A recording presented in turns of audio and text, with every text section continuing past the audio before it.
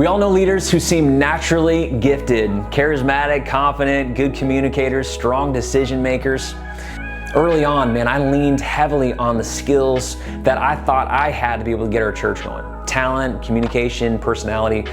And it did help things get started, but I quickly learned that raw talent might get you going, but it's not gonna sustain you. In fact, without deep character, your gifts are gonna outpace your soul and eventually you could crash. When we were in the early stages of launching our church, I thought I could coast on skill. I could rally a team, I could preach compelling messages, I could cast that vision. But when real conflict hit, people left, division stirred, man, I was emotionally and spiritually rocked. And I knew that in that moment, I couldn't lead from skill or natural ability anymore. I had to lead from character.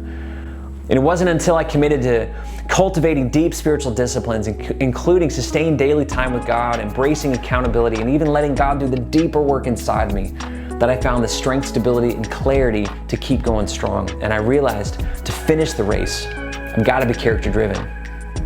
In 1 Samuel, we see a tragic contrast between two leaders. King Saul had everything the world looks for in a leader: appearance, popularity, charisma. But when pressure came, character cracked. He didn't wait on God, he disobeyed, took things into his own hands, and God rejected him. Not because of his lack of gifting, but because of his lack of godliness.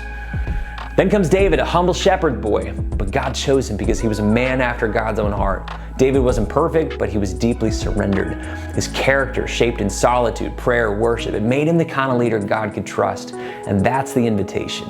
The core truth is really this: you can't give what you don't have. And Jesus said in John 15, "Remain in me, and I'll remain in you, because apart from me, you can do nothing." Character is formed in the secret place.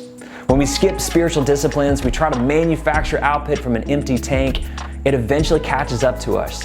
Crashing, burnout, compromise, shallow results, broken relationships. You can fake charisma, but man, you can't fake character. And God's more interested in who you're becoming than what you're doing. So here's 3 non-negotiables. Number 1, spend time alone with God every day. Read scripture, pray, journal, meditate. This is the anchor of your leadership. Number 2, practice accountability. Surround yourself with people who can ask you the hard questions and tell you the truth.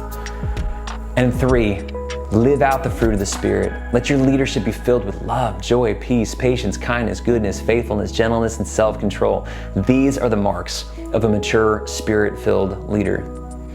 When you're character-driven, you lead with compassion, you have the courage to confront with grace, and you build a culture of truth and trust.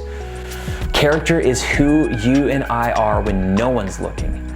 And when you're rooted in Jesus, filled with His Spirit, formed by time in His presence, you become the kind of leader who not only starts strong, but finishes strong. Don't settle for surface level Christianity. Go deep. Let's be character driven.